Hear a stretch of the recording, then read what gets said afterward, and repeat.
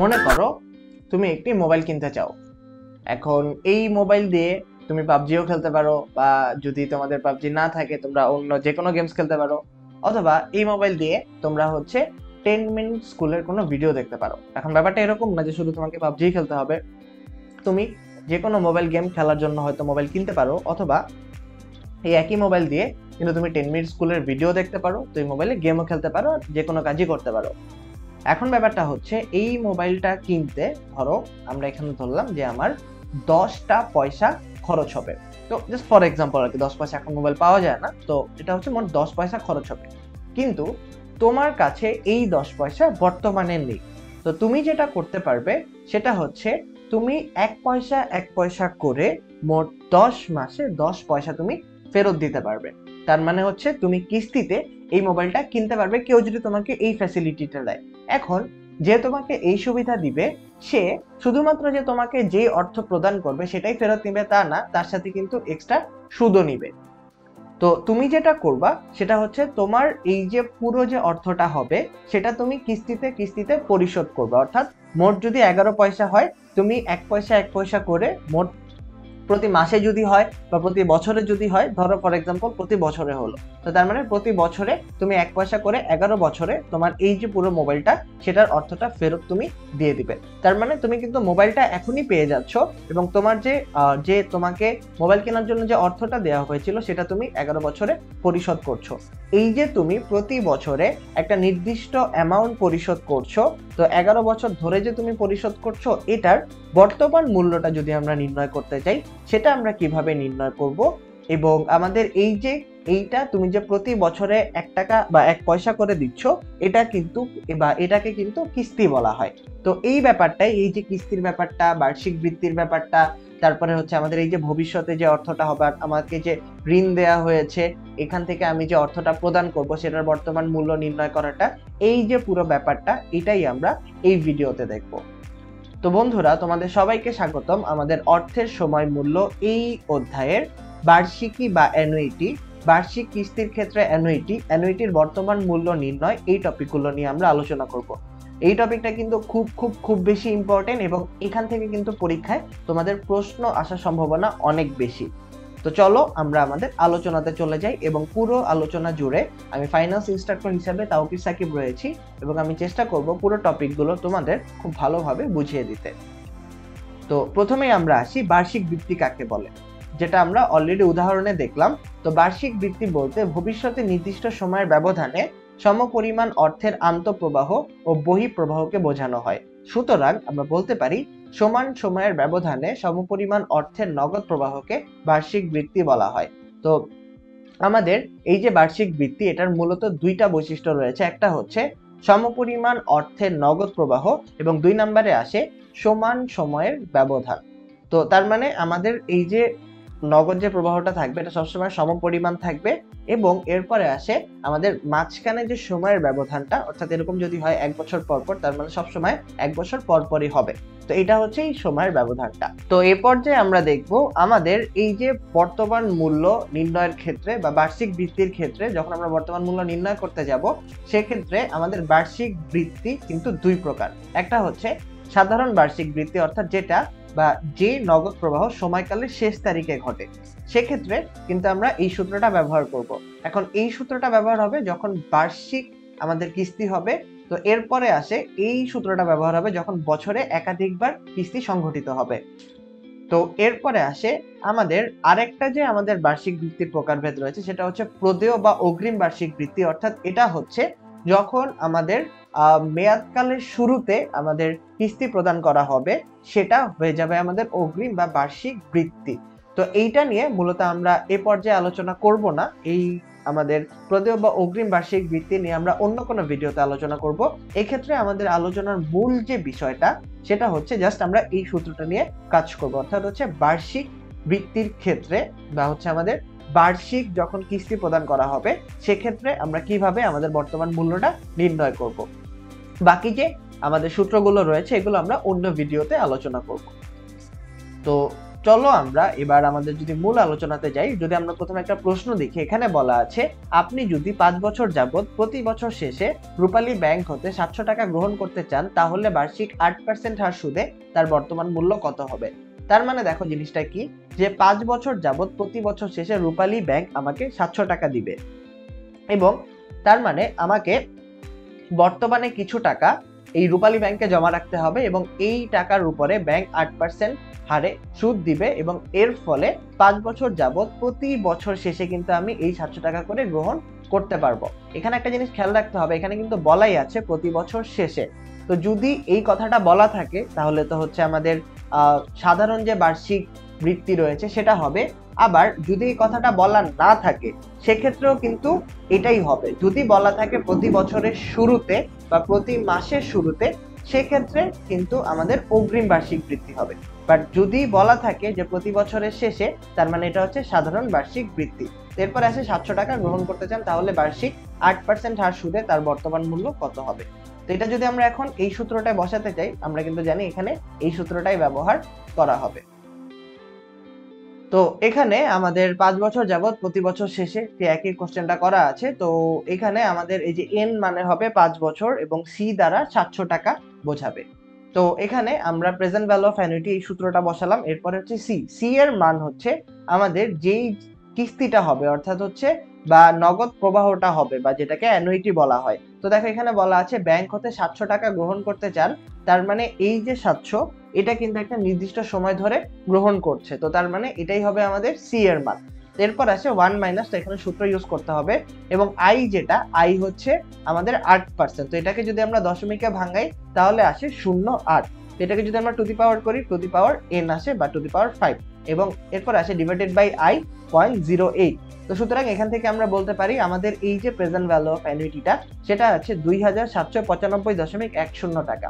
তার মানে বর্তমানে যদি এই 2795.10 টাকা ব্যাংকে জমা রাখা হয় এবং ব্যাংক যদি এটার উপর 8% হারে সুদ প্রদান করে, তাহলে কিন্তু প্রতি 5 বছর মানে হচ্ছে প্রতি বছর মেয়াদ শেষে 5 বছর যাবত 700 টাকা করে গ্রহণ করা সম্ভব। তো এটাই ছিল মূলত অ্যানুইটির বর্তমান মূল্য নির্ধারণ করার ওয়ে। এটার যে ব্যাপারটা সেটা হচ্ছে যে বর্তমানে কিছু টাকা ব্যাংকে জমা রাখা হলে ব্যাংক যদি তার উপর ইন্টারেস্ট প্রদান করে তাহলে 5 বছর যাবত কত টাকা পাওয়া যাবে, এইটা কিন্তু আমরা এভাবে নির্ণয় করতে পারি।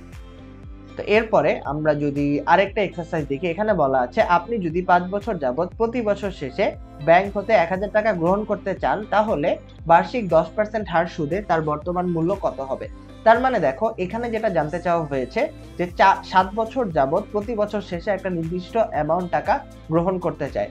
তার মানে আমাদের বর্তমানে ব্যাংকে কত টাকা জমা রাখলে ব্যাংক যদি তার উপর 10% করে সুদ প্রদান করে, তাহলে 7 বছর যাবত প্রতি বছর শেষে এই টাকাটা পাওয়া যাবে। এই কোশ্চেনটা যদি করা হয় সেক্ষেত্রে আমরা কি করব, সেক্ষেত্রে কিন্তু আমরা ঠিক আগের ম্যাথটার মতোই সলভ করব। আমাদেরকে এই সূত্রটা ব্যবহার করতে হবে, কারণ হচ্ছে আমাদের বর্তমান মূল্য চাওয়া হয়েছে। তো যদি আমরা বর্তমান মূল্য নির্ণয় করতে চাই সেক্ষেত্রে আমরা যেটা করব যে আমাদের কিন্তু এখানে সি এর মানটা বসাতে হবে। সো এখানে আমরা পেলাম 1000 টাকা। এরপর আসে 1 minus 1 divided by 1.10 to the power 7 divided by 0.10। এরপরে আমরা এই যে 1000 টাকা আমাদের এই মানটা পেলাম, তো এখানে কিন্তু সি এর মানটাই বসাতে হবে। তো এরপরে যদি আমরা ক্যালকুলেশন করি তাহলে আমরা পেলাম 4868.8 টাকা প্রায়। তো তার মানে আমরা যদি বর্তমানে 4868.8 টাকা ব্যাংকে জমা রাখি এবং এর উপরে ব্যাংক যদি 10% হারে সুদ প্রদান করে, তাহলে কিন্তু 7 বছর যাবত প্রতি বছর শেষে কিন্তু ব্যাংক হতে 1000 টাকা গ্রহণ করা সম্ভব। তো এটাই ছিল মূলত আমাদের অ্যানুইটির বর্তমান মূল্য নির্ণয় করার ওয়ে, যদি আমাদেরকে বর্তমান মূল্যটা নির্ণয় করতে বলে। এবার আমরা আসি আমাদের অনুশীলনীতে। তো দেখো এখানে কি বলা আছে, জনাব আলমের টেলিভিশন ক্রয়ের জন্য নির্দিষ্ট পরিমাণ ঋণের প্রয়োজন। রূপসা ব্যাংক হতে ঋণ গ্রহণ করলে উক্ত ঋণের জন্য আগামী 5 বছর প্রত্যেক বছর 30,000 টাকা পরিশোধ করতে হবে এবং বাট্টার হার 14%। তো তার মানে জনাব আলম কিন্তু এক্ষেত্রে ব্যাংকে কোনো টাকা জমা রাখছেন না, তিনি ব্যাংক থেকে ঋণ নিচ্ছেন। এখন কোশ্চেনটা হচ্ছে তিনি যদি ব্যাংক থেকে ঋণ নেন সেক্ষেত্রে তাকে ওই ঋণ 14% বাট্টার হারে তাকে 30,000 টাকা করে প্রত্যেক বছরে 5 বছর ধরে পরিশোধ করতে হবে। তো প্রশ্ন হচ্ছে তাহলে তিনি কত টাকা ঋণ গ্রহণ করেছেন। তো ঋণের পরিমাণ যদি আমরা নির্ণয় করতে চাই সেক্ষেত্রে আমরা কিন্তু এই সূত্রটা ইউজ করতে পারি। তো সি এর মান কিন্তু আমরা জানি এখানে কিস্তি বোঝাচ্ছে, তো এখানে আসবে 30,000 টাকা into 1 minus 1 divided by 1 plus i to the power n divided by i. তো আমরা এখানে আই এর মানটা পেলাম 14%, কারণ বাট্টার হার যেহেতু 14%, তার মানে আই সমান সমান হবে 0.14, তো 1.14 টু দি পাওয়ার 5। এরপর আসে 1 ডিভাইডেড বাই অ্যান্সার, এরপর আসে 1 মাইনাস অ্যান্সার, এরপরে আসে আমাদের ডিভাইডেড বাই 0.14। তো এটা করলে কিন্তু আমরা আমাদের মান পাচ্ছি 30,000 ইন্টু 3.433। তো তার মানে আমরা বুঝতে পারি যে জনাব আলম যদি বর্তমানে 1,02,992.43 টাকা ব্যাংক থেকে লোন নেন, তাহলে 14% বাট্টার হারে তাকে 30,000 টাকা প্রতি বছরে পরিশোধ করতে হবে, এবং 5 বছর ধরে যদি তিনি পরিশোধ করেন তার লোনটা পুরোপুরি পরিশোধিত হয়ে যাবে। তো এখানে এই যে পুরো ম্যাথটা, এটার যে ব্যাপারটা হলো যে বর্তমানে যে ঋণের পরিমাণ সেটা কিন্তু নির্ণয় করতে বলা হয়েছিল, অর্থাৎ বর্তমানে এককালীন টাকা নেওয়া হয়েছে এবং এই টাকাটা নির্দিষ্ট সুদের হারে প্রতি বছরে প্রদান করা হবে। তো প্রতি বছরে কত টাকা প্রদান করবে সেটা কিন্তু আমাদের প্রশ্নে দেয়া আছে। আমাদেরকে নির্ণয় করতে হতো এককালীন কত টাকা নেওয়া হয়েছে যার বিপরীতে এই যে কিস্তিটা সেটা 5 বছর ধরে দেয়া হচ্ছে। তো এটাই ছিল মূলত আমাদের এই যে প্রবলেমটা, এটা সলভ করার ওয়ে। এরপর আমরা আসি আমাদের এই ভিডিও সর্বশেষ যে ম্যাথ। এখানে বলা আছে সাবরিনা এইচএসসি পরীক্ষায় জিপিএ 5 পেয়েছে, তার বাবা তাকে পুরস্কার হিসেবে 1 লক্ষ টাকা দেওয়ার সিদ্ধান্ত নেন। তো এখানে দুটো বিকল্প দেওয়া আছে, বিকল্প 1 এবং বিকল্প 2। তো এখানে দেখো প্রশ্নে বলা হয়েছে বিকল্প 2 এর বর্তমান মূল্য নির্ণয় করো। তো এখানে বলা আছে সে 5 বছর যাবত প্রতি বছর শেষে 20,000 টাকা করে পাবে, সুযোগ ব্যয় 10%। তো যেহেতু এখানে দুইটা প্রকল্পের কথা বলা আছে বা বিকল্পের কথা বলা আছে, এই জন্য এখানে সুযোগ ব্যয় দেওয়া আছে। এখন কোশ্চেন হচ্ছে সে যদি প্রতি বছর শেষে 20,000 টাকা করে পায়, এবং তাহলে এর বর্তমান মূল্য কত হবে এবং সুযোগ ব্যয় যদি 10% থাকে, সেক্ষেত্রে আমাদেরকে ঠিক একই সূত্রটা ব্যবহার করতে হবে এতক্ষণ যেটা নিয়ে আমরা আলোচনা করলাম। তো সেখানে আমাদের যে এ এর মান, তো এখানে আমি আবারও বলছি সি এবং এ নিয়ে কনফিউজ হতে পারো তোমরা, বাট দুটো দিয়ে কিন্তু আমাদের কিস্তির পরিমাণ বোঝাচ্ছে। সো সি হোক আর এ হোক কোনো প্রবলেম নেই, দুটোর ক্ষেত্রেই এই যে প্রতি বছর শেষে বা প্রতি বছরের শুরুতে যে অর্থটা থাকবে, অর্থাৎ যে কিস্তিটা থাকবে সেটা বোঝানো হয়। সো এ দ্বারা আমরা পেলাম আমাদের 20,000 টাকা। সো 20,000 ইন্টু, তো তারপরে হচ্ছে আমরা এই মানটা জাস্ট বসিয়ে দেব। তো আই এর মান কিন্তু হবে আমাদের 10%, যেহেতু এখানে সুযোগ ব্যয় দেওয়া আছে। তো i divided by 1 minus 1 divided by 1 plus i to the power n. তো আমরা জাস্ট মানগুলো বসালাম, এরপরে আমরা ক্যালকুলেশন করে পেলাম যে বিকল্প 2 এর যে বর্তমান মূল্য সেটা আছে 75,815.72 টাকা। তো তার মানে সাবরিনা যদি 5 বছর যাবত প্রতি বছর শেষে 20,000 টাকা করে পেতে চায় এবং সুযোগ ব্যয় যদি 10% থাকে, সেক্ষেত্রে তার যে বর্তমান মূল্যটা, অর্থাৎ 5 বছর যাবত সে যে টাকাটা পেতে থাকবে, প্রথম বছরে একটা টাকা পাবে, দ্বিতীয় বছরে পাবে, তৃতীয় বছরে পাবে, চতুর্থ বছরে পাবে, পঞ্চম বছরে পাবে, এই 5 বছর ধরে যে টাকাটা পেতে থাকবে তার যদি বর্তমান মূল্যটা আমরা নির্ণয় করি, সেই বর্তমান মূল্যটা হবে 75,815.72 টাকা। তো এই পর্যন্তই মূলত ছিল আমাদের বর্তমান মূল্য অর্থাৎ অ্যানুইটির ক্ষেত্রে, অর্থাৎ প্রেজেন্ট ভ্যালু অফ অ্যানুইটি নির্ণয় করার যে কৌশল সমূহ সেটা। অর্থাৎ হচ্ছে প্রেজেন্ট ভ্যালু অফ অ্যানুইটি যখন আমাদের এরকম বছরে একবার কিস্তি হবে এবং প্রতি বছরের শেষে হবে, সেটা আমরা কিভাবে নির্ণয় করব সেটা নির্ণয় করার ওয়েটা আমরা এই ভিডিওতে দেখলাম। তো এবার তোমাদের জন্য কিছু প্র্যাকটিস রয়েছে, তো তোমরা সবাই চেষ্টা করো খুব সুন্দরভাবে এটা সলভ করার জন্য। প্রথমেই আসে মোট অর্থের ক্ষুদ্র ক্ষুদ্র ভাগকে কি বলা হয়। তো কিস্তি, আসল, সার্ভিস চার্জ, প্রিমিয়াম। তো এখান থেকে কিন্তু আমরা বলতে পারি মোট অর্থের ক্ষুদ্র ক্ষুদ্র ভাগকে কিন্তু আমরা জানি কিস্তি বলা হয়।